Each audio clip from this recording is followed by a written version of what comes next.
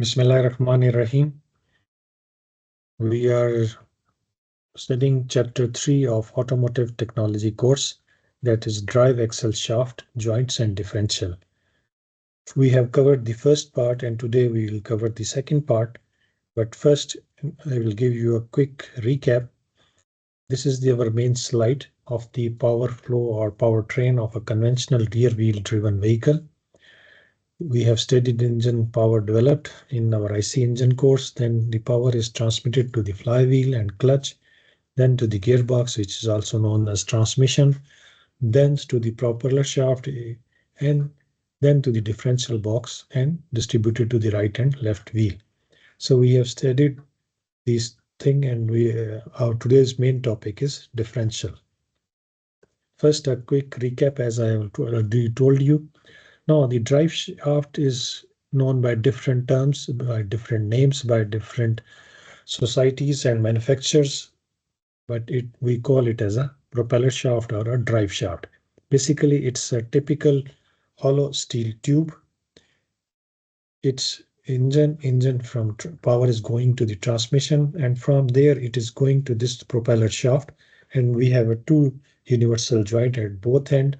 Then it is connected with the differential, and from differential it is going to the right and the left wheel. So it's a construction of a hollow steel tubing, and if it is made of a cast iron or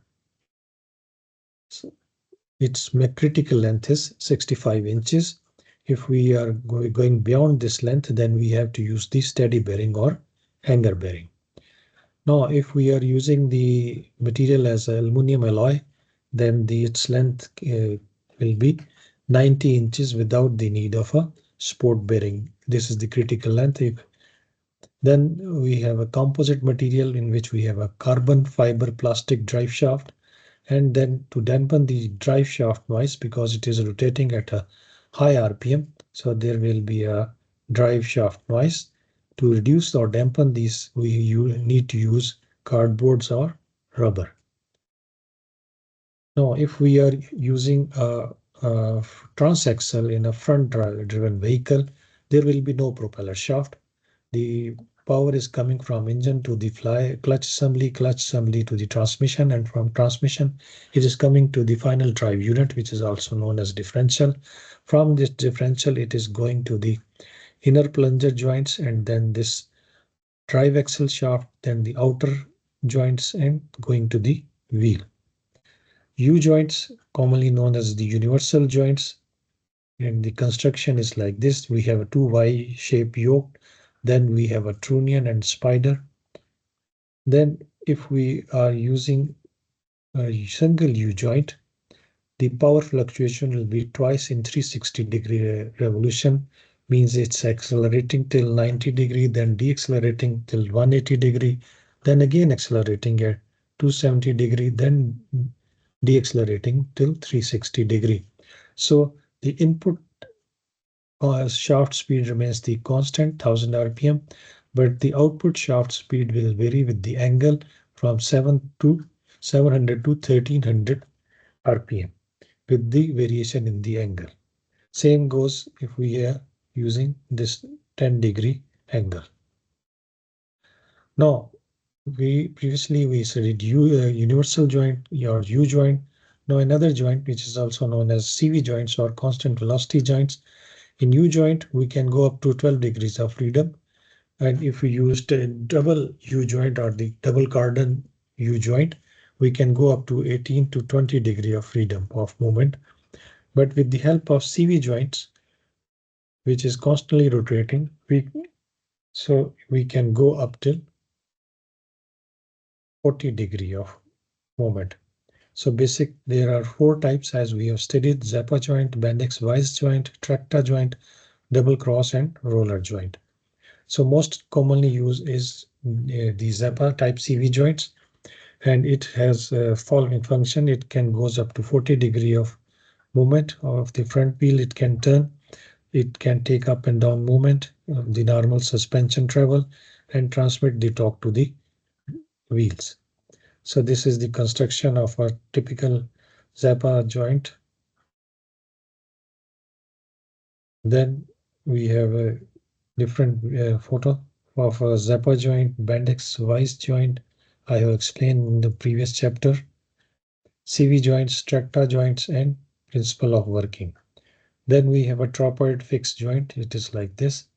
And here, this is your fixed joint or CV joint, which is located in your vehicle. It is like this is the position.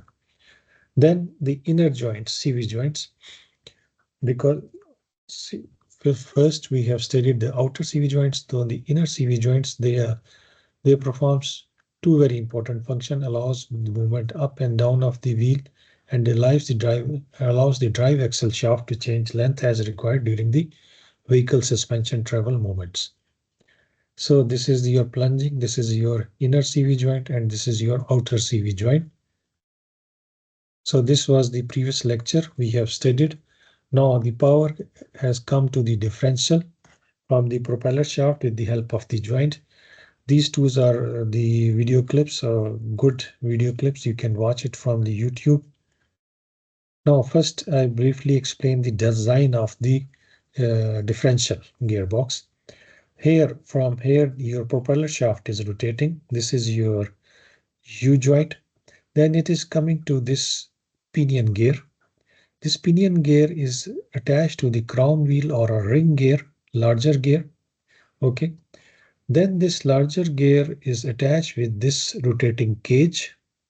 And in rotating cage, we have a small pinion gears, maybe one or maybe two, depending upon the load requirement. Then we have this larger gear.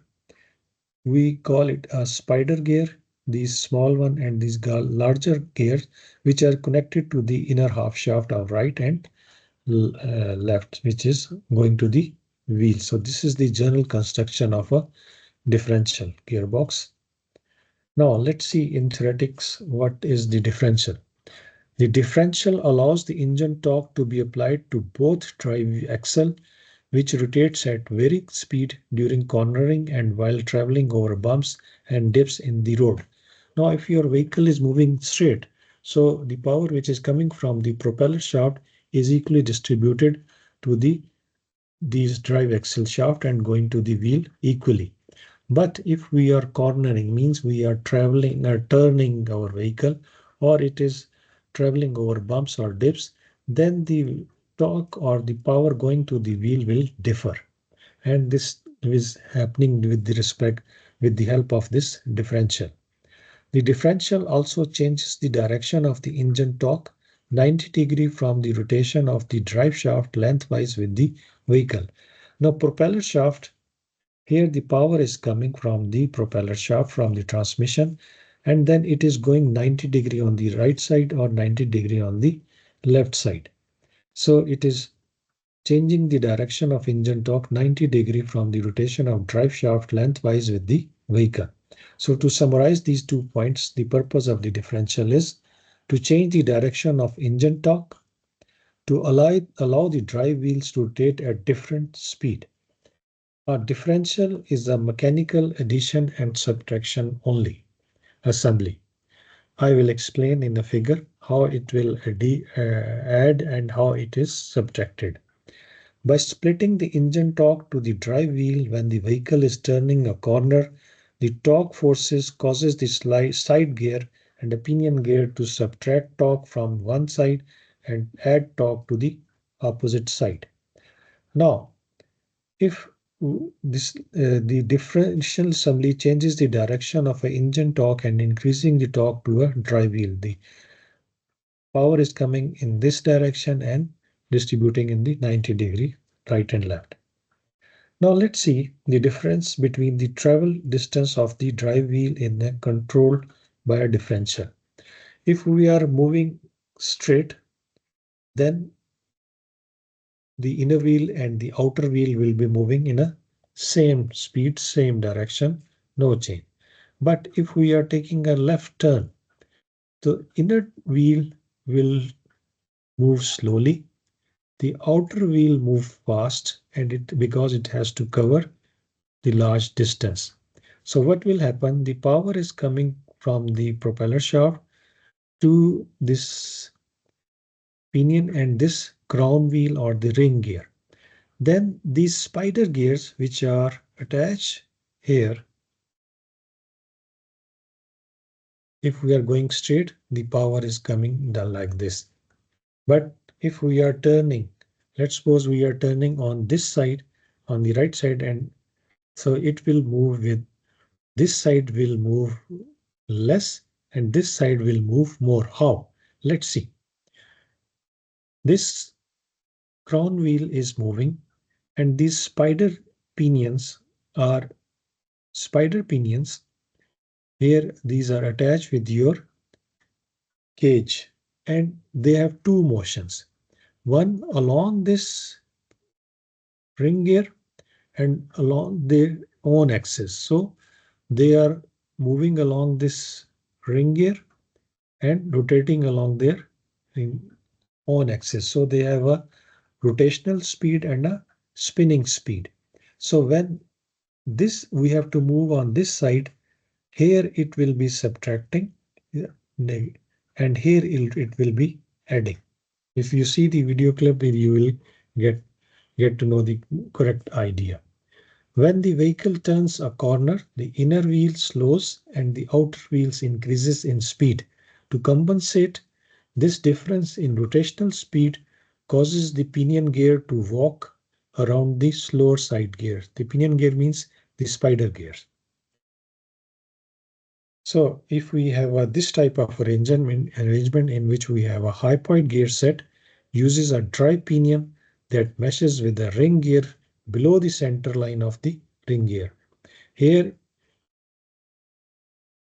it is in the center line, but here if you are using high-point gear, then it is below the center line. Now this is the actual figure of a differential case, provides supports for the ring gear. So these are the side bearings for your side shafts or half shafts. These are the side gears and these are the thrust washers. Now, the relationships among the ring gear and the drive pinion as well as the side and the spider gear. This is your complete differential assembly and this is your axle shaft 1 and axle shaft 2. This is your axle housing and this blue portion is your differential. And this differential, here you have the ring gear and here you have the pinion gear from where the power is coming. Then you have this cage assembly or the case in which you have the pinion or the spider gears 2 and these are the side gears. The drive X side is the convex side of the ring gear except for some front axle used in four-wheel vehicles and they often use the concave side on the drive. So see the profile. This is the concave side and this is the convex side from the toe and heel. Now a close-up view of side gears and spider gears, pinion gears. Note that the ridges on the gear teeth, these ridges are manufactured into the gear teeth to help retain lubricant so that no metal-to-metal contacts occur. As the gears are in mesh here and moving at a high speed, so we need to lubricate them. So we need to have some passage, some manufacturing marks here, so that should retain the lubricant in the meshing portion. So that will also lubricate, reduce the friction and remove the heat while they are in mesh. Now let's see the two cases. If we have a simple differential, a two-wheeled drive vehicle equipped with an open differential or a simple differential. These are your front wheel engine, power is coming from the propeller shaft coming to the differential. Now this two-wheel drive vehicle, there is a low friction surface or we have a slippage surface. So all the power which is coming from this propeller shaft is going to this side because we have a low friction surface and it will moving very fastly as compared to this one. This is in case when we have an open differential or a simple differential gearbox. Now, consider the second case when we have a two-wheel drive vehicle equipped with a limited slip differential. Limited slip differential, the same power is coming from the engine, the transmission, the propeller shaft, and coming to this differential box. Now, this differential box, we have some limited slip differential arrangement here, which in simple open differential, all the power is going to this low friction surface. But with the help of this limited slip differential, not all the power will go to this side. Some of the power will also go to the other side, which is having a friction area as compared to the low friction surface. So this will also move and this will also move, but this will move with some more speed. But this wheel is also moving, so it will provide traction and you will overcome this low friction surface area with the help of this limited slip differential. Now, track lock limited slip differential. This type of limited slip differential uses the preload force from a spring and the torque generated by side gear. So there is a spring here, one spring here, a spring type arrangement here, which is preloaded. The track lock limited slip differential. This type of limited slip differential uses the preload force from a spring and the torque generated by the side gear as the two axle rotates at different rates to apply the clutches and limits the amount of difference in the speed of the two axes. So they are preloaded spring, which helps the rotating and the non-rotating wheel to move with the almost same speed. Now, with this comes to the last topic or portion, that is the drive axle shaft. From differential, the power is going to the wheels with the help of this drive axle shaft. Now, unequal length drive axle shaft, also called half shaft, results in unequal drive axle shaft angle to the front drive vehicle. If we are using conventional rear wheel drive vehicle, then this is not the problem. But when we are using transaxle, then we have the problem of this unequal length drive axle shaft, also called half shaft, results in unequal drive axle shaft angles to the front driven vehicle. This unequal angle often results in a pull on a steering wheel during the acceleration. Let's see. We have this transaxle. Unequal length drive shaft results in unequal drive axle shaft angles to the front drive wheels.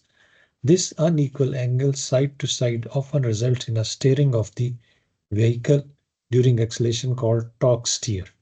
So we have this differential box or transaxle axle in which we have a final drive, which is also known as differential, and the power is going to these half shafts. On one end we have this solid shaft, and one end we have this tubular shaft, but the length is unequal. So we have this plunge joint, the inner CV joints, and the outer CV joints. Now, this pulling to one side during acceleration due to unequal engine torque being applied to the front drive wheels is called torque steer. To help reduce the effect of torque steer, some vehicles are manufactured with an intermediate shaft that results in equal drive axle shaft angle. So, to overcome this unequal length, OEMs have suggested this intermediate shaft. Same transaxle from differential. This is your conventional U-joint and this is the intermediate shaft. Then we have a sport bearing, then plunge joint, and this is the half shaft, same as this half shaft. So by using an intermediate shaft, both the drive axle are the same angle and the torque steer effect is reduced. So drive axle shaft, both designs uses fixed outer CV joints with plunge type inner CV joints. So inner is your plunge type CV joints, inner joints, and outer is your fixed joint, that outer CV joints. Typical types of inner CV joints that are designed to move axially or plunge includes the following: trapezoid, cross groove, and double offset. CV joints are also used in a rear-wheel drive vehicle and in many four-wheel driven vehicle. Let's see this tripod, cross groove, and double offset. So basically, same the drive axle shaft, the half shaft, and the intermediate shaft. Now, this is a typical drive axle shaft with damper weight. So this is your damper weight and this is your joints. Now, first one was the tripod. A tripod joint is also called a tripod, or tulip design. So it is like this. This we have a arrangement like this. Then next was the cross groove. Cross groove is a cross groove plunge joint is used on many German front wheel driven vehicle as both inner and outer joint on a rear of vehicles that uses independent type of a rear suspension. We are talking about this joint, and first was the tripod and second is the cross groove. This is the inner race, then we have a cage, then we have a ball arrangement, then the plunge joint outer race. So here it is used. The last one was double offset. So double offset ball type plunge joints, we have the inner race the same, and then we have a housing outer with outer race. So this type of inner CV joints are used in a vehicle.